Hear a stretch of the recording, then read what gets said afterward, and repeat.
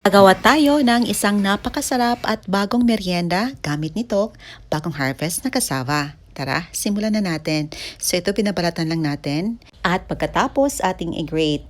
Hindi natin isinama yung gitna para hindi masama yung strings ng ating cassava. I-set aside muna natin ito at sa ating kawali naglagay tayo ng 1/4 cup of sago. Nilagyan natin ito ng tubig. Lulutuin natin ito for 15 minutes over medium flame. After 15 minutes, uhugasan natin at lulutuin naman natin ng pangalawang beses for another 15 minutes. Ayan, i-rest natin ng 15 minutes at hinugasan natin para hindi naman siya masyadong malapot.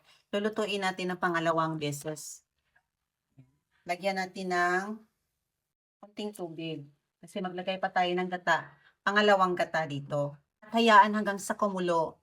Kaya isang pirasong kinudkod ng niyog ng tubig at i-extract ang first piga na gata at pangalawang piga.